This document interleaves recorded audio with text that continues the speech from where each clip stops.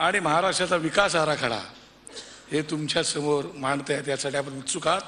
मी सन्माननीय राज ठाकरे साहेबांना नम्र विनंती करतो की आपण येऊन या ठिकाणी छत्रपती शिवाजी महाराज यांना पुष्प अर्पण करावे.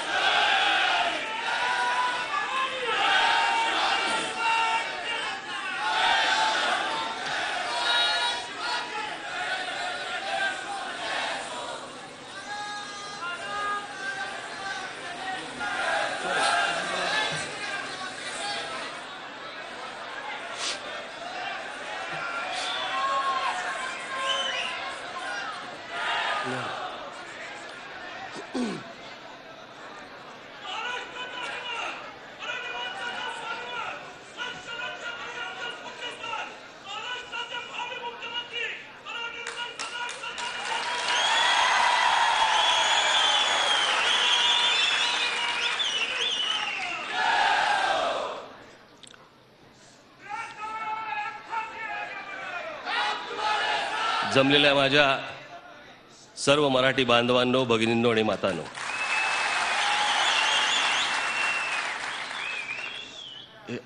ऑडिटोरियम मधले लाईट जर लावले तर बरोबर मला कोणी आलेत की नाही कळेल.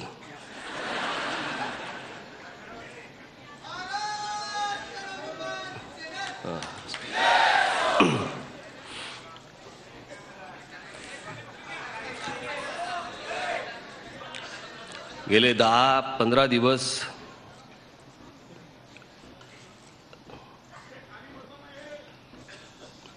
थोडा तापाने फणफणलेला, सर्दी खोकला अजूनही तोच त्रास आहे मला. मध्ये मध्ये बोलताना खोकीन देखील, सांभाळून घ्या. कारण ठोकायची भाषा करणारा माणूस खोकायची भाषा कशी करतो तुम्हाला जरा प्रश्न पडला असेल, म्हणून जरा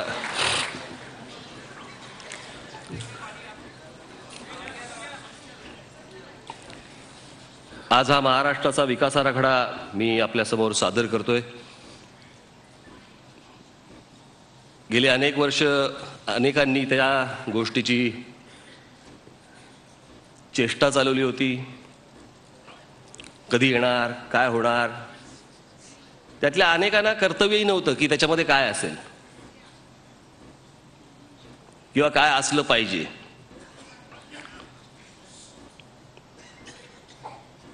पण मी तो विचार सतत करत होतो की हे त्याच्यामध्ये काय असलं पाहिजे.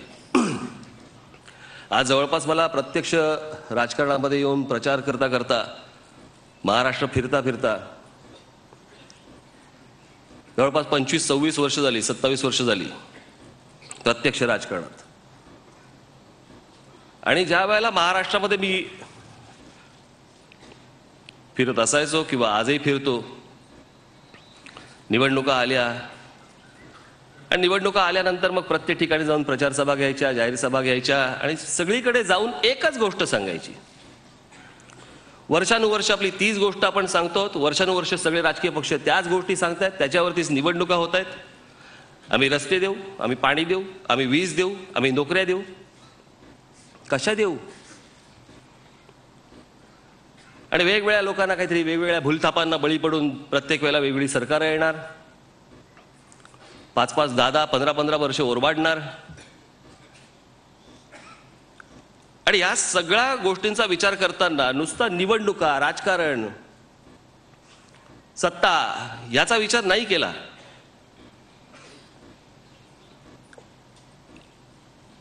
की हे प्रश्न कधीतरी संपणार आहेत की नाही आपल्याकडचे, आपण कधीतरी ह्याच्या पुढचा विचार करणार आहोत की नाही. मी नेहमी सांगत आलो की आपल्या रोजच्या गरजा अजूनपर्यंत संपलेल्या नाही आहेत महाराष्ट्राच्या, देशाच्या. आणि त्या रोजच्या गरजा संपल्या नसल्यामुळे आपण पुढचा विचारच करत नाही आहोत.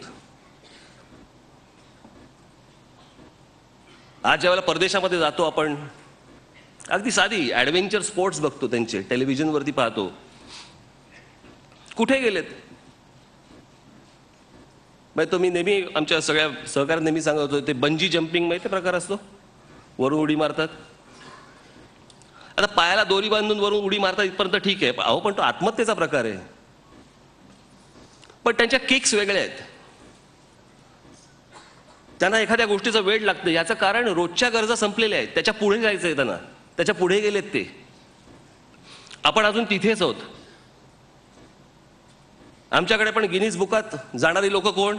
एवढी नखं वाढवलेली किंवा एवढ्या मिशा वाढवलेली. याच्या पलीकडे आम्ही गिनीज बुकात पण पुढे जात नाही.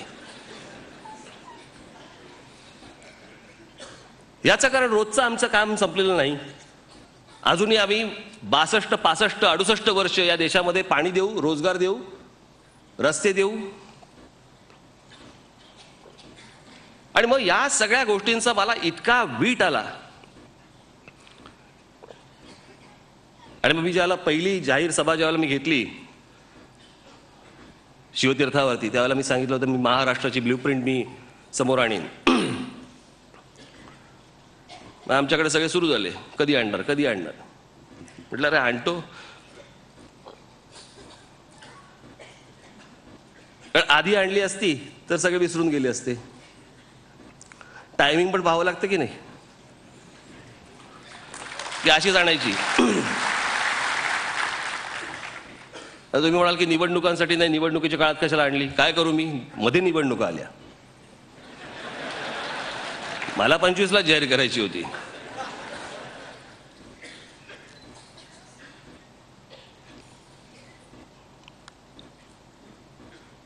पण हा एकूणच, कारण याच्यावरती इतका सगळा विचार करून झालेला आहे. असं नाही आहे की हे सगळं जे काय मांडलंय समोर हे अगदी परफेक्ट आहे. तुमच्याकडनंही अनेक गोष्टी येऊ शकतात, महाराष्ट्रातल्या अनेक लोकांकडनं अनेक सूचना येऊ शकतात, त्या ह्याच्यामध्ये घातल्या पाहिजेत, केल्या पाहिजेत. हे काय दरवाजे बंद केलेले नाही आहेत. आणि मग मी ज्यावेळेला ती घोषणा केल्यानंतर माझा विचार सुरू झाला, करायचं कसं, कोण करणार, काय करणार. आणि मला अगदी सुरुवातीलाच, पक्षाच्या सुरुवातीलाच आपले सन्माननीय अनिल शिदोरे, आपल्या पक्षाचे सरचिटणीस, हे मला भेटले. आणि मग आपण कसं काय करायचं, आणि मग त्याच्यासाठी एक अकादमी सुरू केली.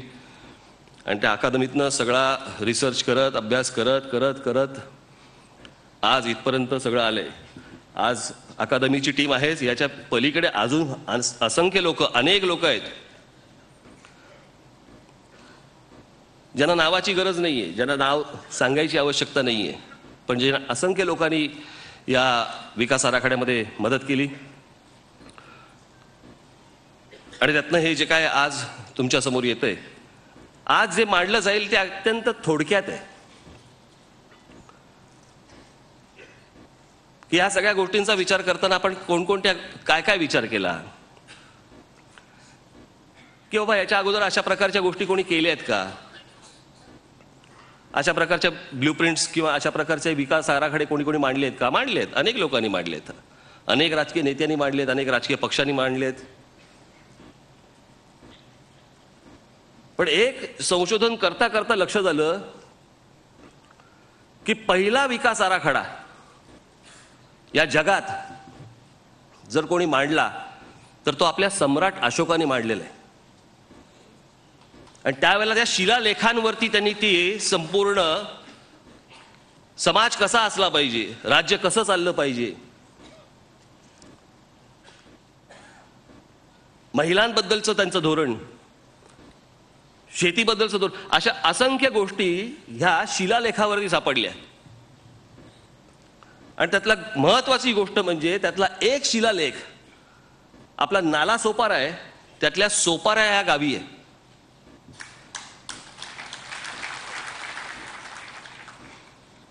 मी संपूर्ण आराखडा सांगितल्यानंतर मी एक पुस्तिका काढली आहे, ती आपल्यापर्यंत येईलच.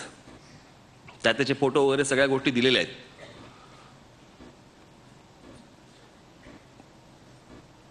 माझी काय कोणाची बरोबरी करण्याचा विषय नाहीये आणि ती होऊही शकत नाही. पण ह्या सगळ्या गोष्टी करत असताना हे आपण का करतो आहोत, कशासाठी करतो आहोत, आज मी तुमच्या समोर आलोय, इथे बोलतोय, हे पहिल्यांदा तुम्ही नीट लक्षात ठेवा. आजचा विषय हा काही राजकीय विषय नव्हे. याच्यात एवढं देखील संपूर्ण कार्यक्रमामध्ये एवढं देखील राजकारण नाहीये. याच्यामध्ये आजच्या संपूर्ण कार्यक्रमामध्ये फक्त घटस्थापनेला घटस्फोट झालेले असले तरी तो विषय आत्ता नाही.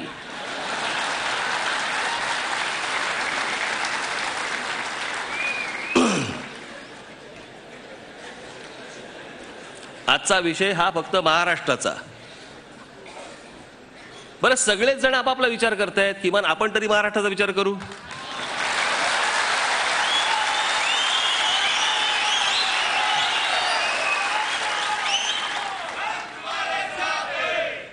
त्याच्यामुळे मी पहिल्यांदा एक थोडक्यात आपल्याला कार्यक्रम काय असेल हा मी आपल्यासमोर मांडतो. मला ज्या काही गोष्टी आपल्यासमोर अगदी एकेका ओळीमध्ये मी मांडणार आहे, त्या मांडून झाल्यानंतर आपण जी ह्या संपूर्ण विकास आराखड्याची जी वेबसाईट केलेली आहे त्याच्याबद्दल थोडक्यात तुम्हाला माहिती दिली जाईल. महाराष्ट्राला ती कळेल. आणि जवळपास ती वेबसाईट जर समजा तुम्ही बघितल्यानंतर तुमच्या लक्षात येईल की त्याच्यामध्ये सगळ्या गोष्टींच्या अनेक गोष्टींच्या डिटेल्स दिलेल्या आहेत. जवळपास आत्ताच ती वेबसाईट 2.5 ते 3 लाख शब्दांची आहे. किती प्रकारच्या काय काय गोष्टी झाल्या, त्याच्यामध्ये काय काय प्रकारचं संशोधन झालं, कोणकोणत्या गोष्टी आल्या, किती गोष्टी वाचल्या गेल्या, कोणाकोणाला भेटलं गेलं, सगळ्या गोष्टी आहेत त्याच्यात. त्याच्यामुळे हा काही वरवरचा भाग नाही आहे, हा काही जाहीरनामा नाही आहे. हा या राज्यामध्ये कोणत्या गोष्टी कशा प्रकारे व्हायला पाहिजेत, कशा प्रकारे होतील, मला माहीत नाही, कल्पना नाही तुमच्या मनामध्ये काय असेल. आत्ता इथे माझे पत्रकार बांधव आलेले असतील, त्यांच्याही मनामध्ये काय असेल मला काही कल्पना नाही, कारण प्रत्येकाचा विचार वेगवेगळा चालतो. मी मध्यंतरी बघितलं एकदा त्या व्हॉट्सॲपवरती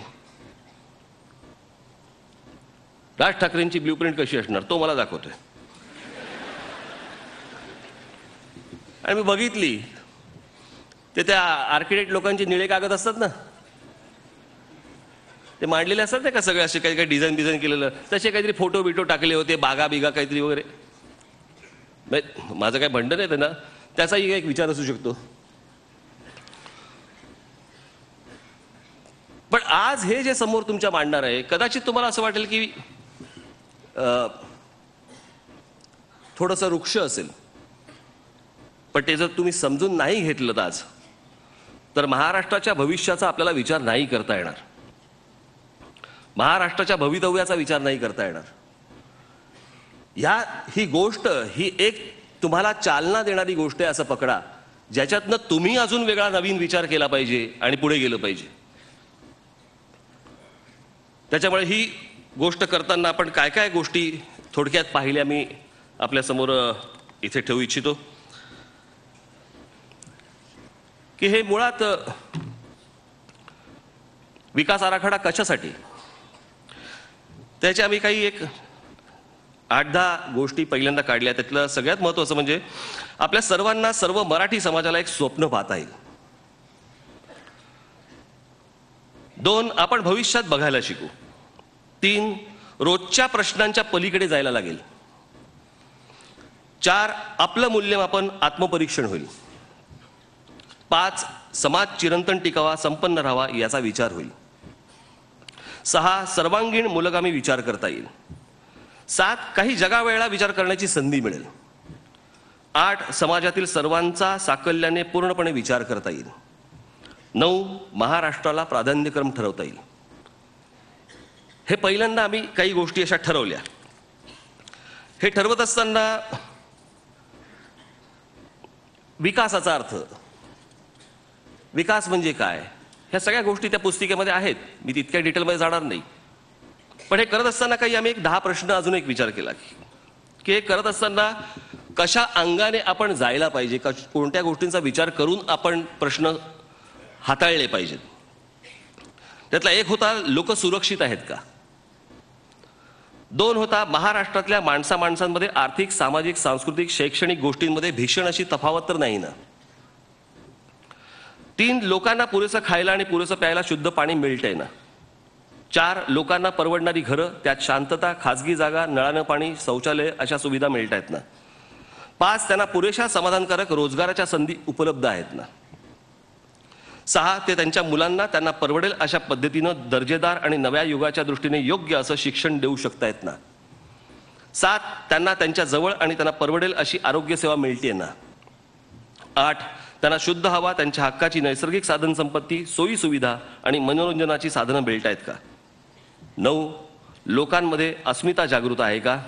आणि 10 ते भविष्याकडे आशेने, अपेक्षेने, महत्वाकांक्षाने पाहतायत का. या 10 गोष्टींचा विचार करून वेगवेगळ्या प्रश्नांना मी हात घालायला सुरुवात केली. आणि ते हात घालत असताना काय महाराष्ट्राचं, ज्याला आपण स्वॉट म्हणतो, महाराष्ट्राची स्ट्रेंथ काय, महाराष्ट्राचे विकनेसेस काय, महाराष्ट्राकडे अपॉर्च्युनिटीज काय, महाराष्ट्राला थ्रेट्स काय, मग आता सत्य काय, महाराष्ट्रातला आत्ता परिस्थिती काय, महाराष्ट्राबद्दल आपण जर विचार करायचा झाला तर महाराष्ट्र काय, त्याचे आम्ही साधारणपणे 30 पॉइंट्स काढले की महाराष्ट्राकडे काय आहे. तर महाराष्ट्राकडे समाज प्रबोधनाचा, समाज सुधारणेचा फार मोठा वारसा आहे. 2 उज्ज्वल इतिहास परंपरा आहे. 3 देशात सर्वात मोठं उद्योग क्षेत्र आहे. 4 आंतरराष्ट्रीय व्यापार मार्ग, ट्रेड रूटवरील महत्वाचं स्थान आहे. 5 सर्वात जास्त शहरीकरण हे महाराष्ट्रात होते. त्याचाही आराखडा मी त्या पुस्तिकेमध्ये दिलेला आहे की कोणकोणत्या राज्यामधनं सगळ्यात जास्ती हे महाराष्ट्रामध्ये स्थलांतर होतंय. लोकसंख्येत 2रा नंबर आणि क्षेत्रफळात 3 नंबर. लोकसंख्येचं स्वरूप तरुणांचं प्रमाण प्रचंड. 720 किलोमीटरची कोकणची आपली किनारपट्टी, सुमारे 15% जंगल क्षेत्र, 10 कृषी उत्पन्न कमी होत चाललेलं, खूप मोठ्या प्रमाणावर इतर राज्यातून स्थलांतर, शिक्षणाचं प्रमाण चांगलं पण नोकरीयोग्य शिक्षणाची वानवा, जाती आणि राजकारण ह्यांनी समाज फाटलेला, दारूनं अनेक घरं उद्ध्वस्त, गुन्हेगारी वाढत आहे, ऊर्जा संकट आहे, दुष्काळ, पाणी टंचाई, समृद्ध चित्रपट क्षेत्र, भाषा मराठी, जगातील 15वी भाषा, एकेकाळी समृद्ध सहकार चळवळ, एकेकाळचं बलवान सामाजिक कार्याचं चळवळीचं क्षेत्र, नाट्य साहित्याची उत्तम परंपरा, अनेक राष्ट्रीय आंतरराष्ट्रीय संशोधन संस्था, खालपर्यंत पोहोचलेली पंचायत राज व्यवस्था, शिक्षित महिला वर्ग आणि बहुआयामी समाज जो सर्वांना सामावून घेतो. ह्यातलं 3रं शेवटचं जे मी आता बोललो आपल्याला, मी मध्यंतरी एका खूप मोठ्या एका अमराठी उद्योगपतीला मी भेटलो आणि मी त्यांना भेटल्यानंतर त्यांचा सगळा व्यवसाय खूप मोठे, आणि मी त्यांना विचारलं की तुम्ही इतकी वर्ष म्हटलं महाराष्ट्रामध्ये उद्योग व्यवसाय करतात इतक्या मोठ्या प्रमाणावर, म्हटलं तुम्ही महाराष्ट्रातनं सुरुवात केलीत, देशभर गेलात आणि आता तुम्ही जगभर गेलेलात, तुम्हाला या देशातल्या कुठच्याही राज्यात जावं असं वाटलं नाही, सुरुवात करावीशी वाटली नाही, तुम्हाला महाराष्ट्रात ही गोष्ट करावीशी वाटली आणि इथून तुमचा संपूर्ण उद्योगधंदा हा पसरला गेला, जगात पसरला गेला. आपलं मत काय मराठी माणसाबद्दलचं, काय सांगितलं असेल त्यांनी की म्हणे मी हा एकमेव समाज बघितला या देशात, मराठी समाज, जो पटकन ग्लोबल होतो, जो जगाचा विचार करतो.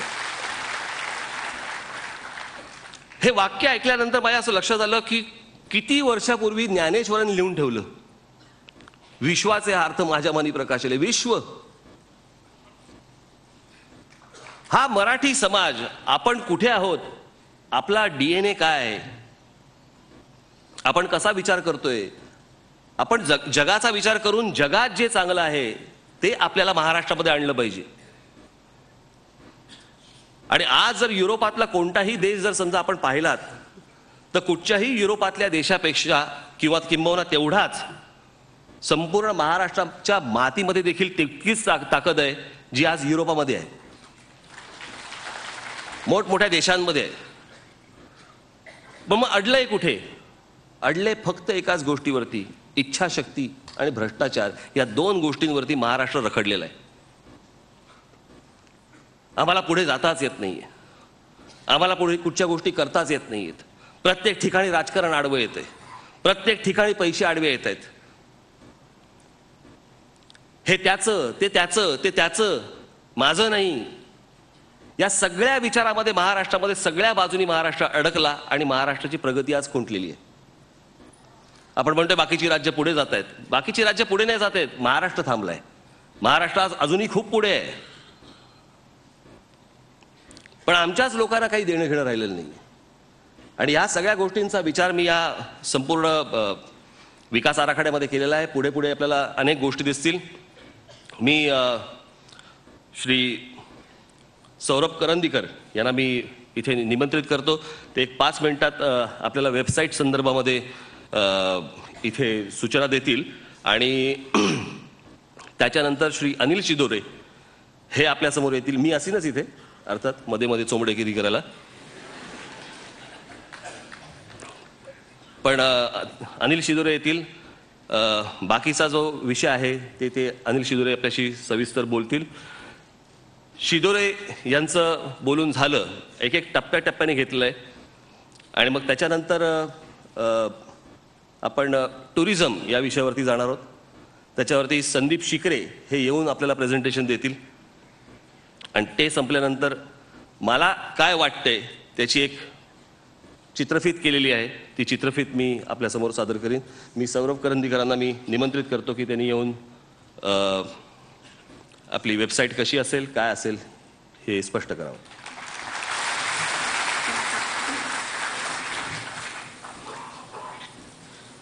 साडेपाच वर्षांपेक्षा जास्तचा अभ्यास, लिखाण आणि 2.5 लाखापेक्षा जास्त शब्द एका वेबसाईटमध्ये कसे मांडायचे हे चॅलेंज होतं. पण त्यापेक्षा मोठं चॅलेंज असं होतं की झालेला अभ्यास, झालेल्या विषयांवरचं त्याच्याबद्दलचे आमचे सजेशन्स हे सगळे पटकन कसे शोधता येतील, पटकन कसे वाचता येतील, हे सगळं करण्यासाठी स्ट्रक्चर कसं असावं म्हणून बऱ्याच वेबसाईट्सकडे आम्ही बघितलं. झी 24 तास रहा एक पाऊल पुढे.